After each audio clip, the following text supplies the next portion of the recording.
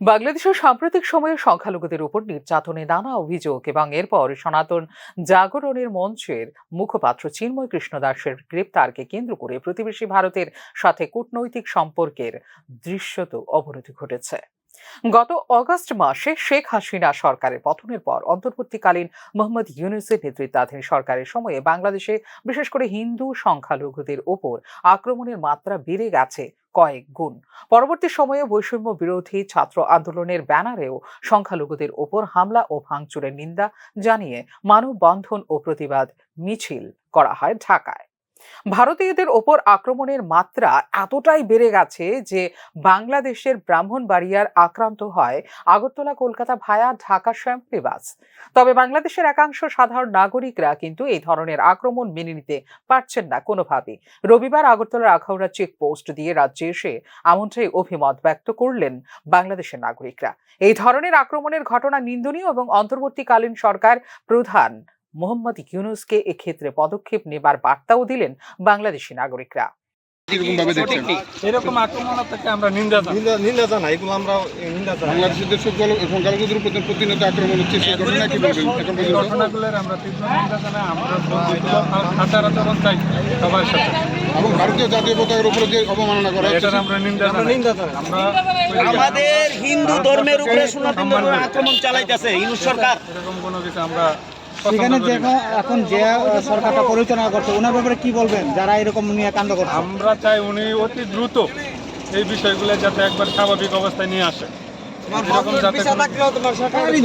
এরকম যাতে কোনো কিছু আচরণ না করে, রিকোয়েস্ট আমরা আমাদের বর্তমান রানিং সরকারের উপর আমাদের রিকোয়েস্ট, অনুরোধ। আপনি কোন জায়গা থেকে এসেছেন? আমি ইনোসেন্ট থেকে। এখানে মানে কিসের জন্য আসা? আমরা আসছি কতদিনের জন্য? কতদিনের জন্য? তবে বাংলাদেশে হিন্দুদের উপর আক্রমণের প্রভাব এতটাই যে তারা ত্রিপুরাতে এসেও মুখ খুলতে পারছেন না প্রকাশ্যে। ভাঙতেছে তো সেখানে যে সরকার এখন আছে, যে দায়িত্বে আছে, ওনাকে কি বলবেন এরকম যিনি করছে? বলবো আর আমরা কিছু বলার নেই। আপনি তো একজন হিন্দুও বলতে গেলে বাংলাদেশ থেকে এসেছেন। এদিকে বাংলাদেশের স্বজনদের ওপর আক্রমণের ঘটনাবলী নিয়ে উদ্বেগ প্রকাশ করেছেন এপারের সাধারণ মানুষ। তখন আমাদের ভয় লাগে।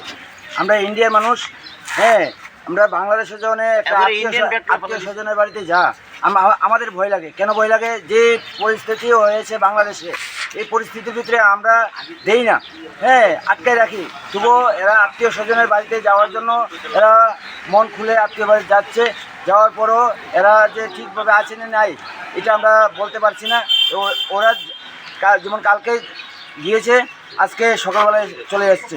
তারপরে আমরা খবর নিয়েছি কী হয়েছে। এখানে বিশাল বড় একটা গণ্ডগোল চলছে, হিন্দুরা উপরে বিশাল বড় একটা আক্রমণ করা হচ্ছে বাংলাদেশে। হ্যাঁ, এটা আমরা ইন্ডিয়ার বাসীকে চাই, হিন্দুস্তানকে চাই। আমরা যেমন পুরা অল ইন্ডিয়া বাংলাদেশের লোকের কোনো সম্পর্ক যেমন না রাখে, এটাই আমরা চাই ইন্ডিয়ার। তবে বাংলাদেশের নাগরিকরা রাজ্যে আসলে তাদের সঙ্গে সুন্দর আতিথেয়তা করা হয় বলে জানিয়েছেন এপারের নাগরিকরা।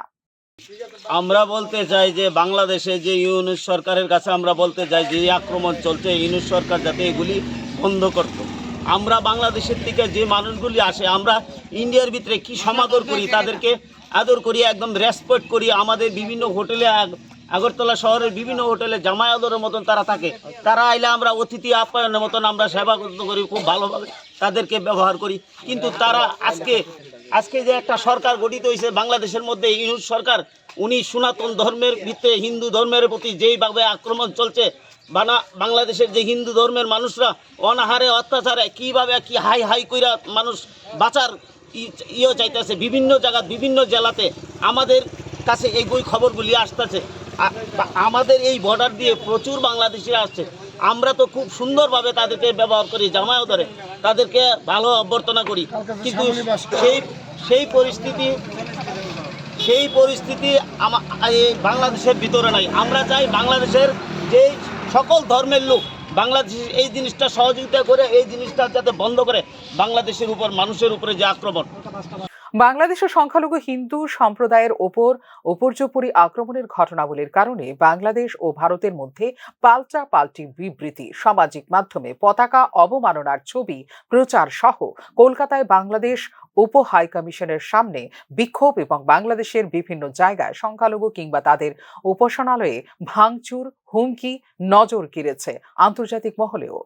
সার্বিক পরিস্থিতিতে অবিলম্বে ইতিবাচক পদক্ষেপ না নিলে সম্পর্কের চূড়ান্ত অবনতি হবে বাংলাদেশের সঙ্গে বলে অভিমত ভারতীয় কূটনীতিকদের। ফিওরো রিপোর্ট, নিউজ নাও।